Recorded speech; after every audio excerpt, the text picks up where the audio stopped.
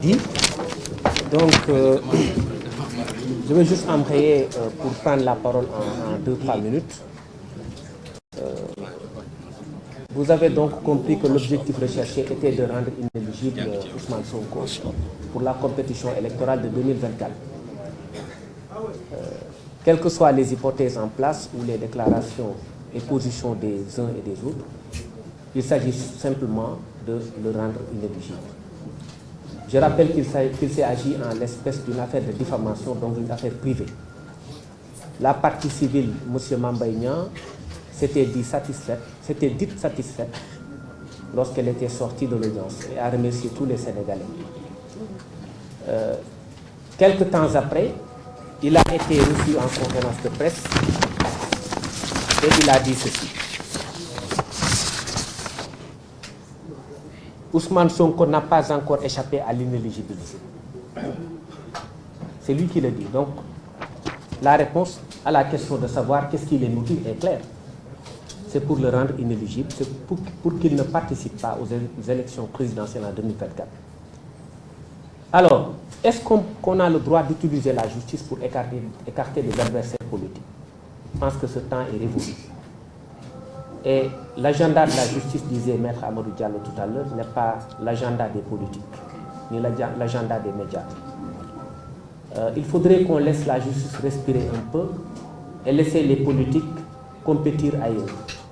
Khalifa Sall a été condamné le 30 mars.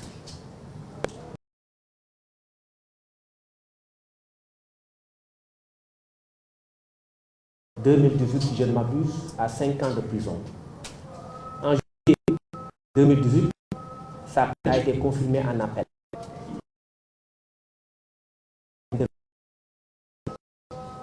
En février, les Wolofs ne disent-ils pas que Koundo bin Raïsamam, Bogisé Lunyundam. Donc nous avons très vite compris que la position de principe du parquet, qui relève d'une décision qui oppose deux privés, nous avions compris que c'était simplement pour essayer d'écarter quelqu'un de la... Parce que l'appel de la partie civile, Mame Mbaye Niang ne peut porter que sur ses intérêts civils. Seul l'appel du parquet peut remettre en cause les dispositions pénales du jugement. Ça résulte des dispositions de l'article 503 du Code de procédure pénale. Or, si seul l'appel du parquet, s'il est vrai, peut remettre en cause les dispositions pénales du jugement, seul cet appel du parquet peut permettre de corser la peine. On passera donc de 2 mois à 3 mois. Et si on est à 3 mois, Ousmane Sonko ne sera plus candidat. S'il est condamné en appel à 3 mois, c'est-à-dire 1 mois de plus, il ne sera plus candidat.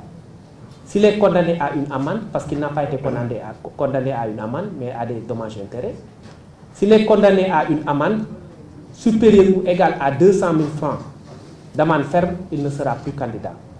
Si la cassation confirme la position de principe du juge d'appel. Donc on est dans une pente dangereuse. Et il faut le dire, il ne faudrait pas qu'on utilise la justice pour rendre inéligible un adversaire politique. Il faudrait également qu'on respecte le calendrier judiciaire. Nous nous sommes amusés à revisiter le rôle, c'est-à-dire l'agenda des audiences ce matin de la Cour d'appel, et nous nous sommes rendus compte que les affaires évoquées à l'audience dataient de 2 ans ou 1 an.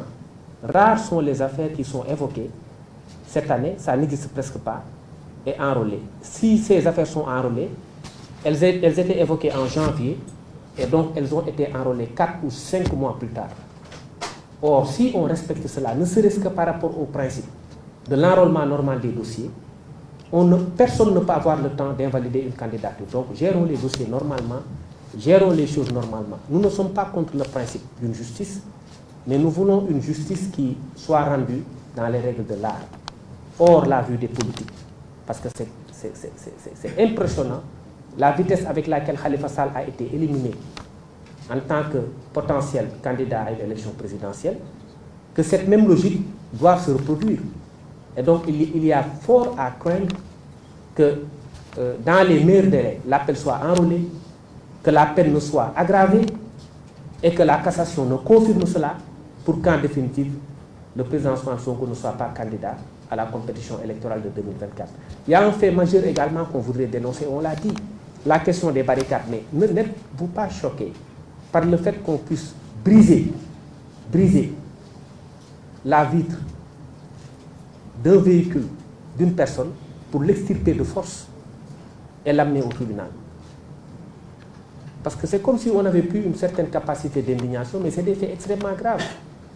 Quelqu'un qui se rend au tribunal, vous accordez vous-même la liberté de briser sa vitre, de le faire sortir de force et de l'amener à comparaître au tribunal pour un dossier de droit commun de diffamation, sans mandat d'un juge, sans ordre de quelque autorité judiciaire que ce soit, et vous vous permettez ensuite de barricader son domicile et de l'empêcher d'exercer sa liberté d'aller et de venir.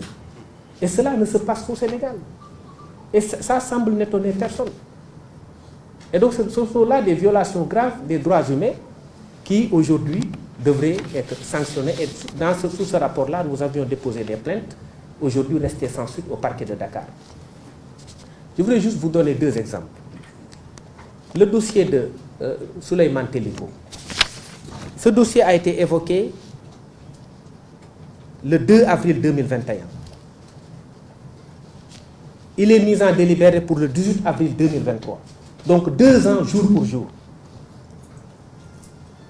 Le dossier de Barthélémy Diaz, il est pendant depuis presque 10 ans ou plus. Alors pourquoi veut-on? Parce que simplement on veut écarter un adversaire politique de la part de la partie civile, faire accélérer les choses, dans quelques mois, 1 mois ou 2 mois, juger l'affaire, dans 3 mois, 4 mois, juger l'affaire en cassation, appel, cassation, élimination. Mais si on laisse passer cela, mais on sera peut-être indolent vis-à-vis d'une certaine violence qu'on veut exercer au cœur du droit. Ce n'est pas tolérable. Et donc, je pense que tout a été dit par mes excellents confrères. Pour le reste, j'ai essayé un peu de résumer les choses. Je pense qu'on peut ouvrir les questions. On peut en prendre 3 pour vous permettre d'aller observer la coupure du jeu. Merci. Oh, tu as résumé. Oui, c'est bon. Très bien.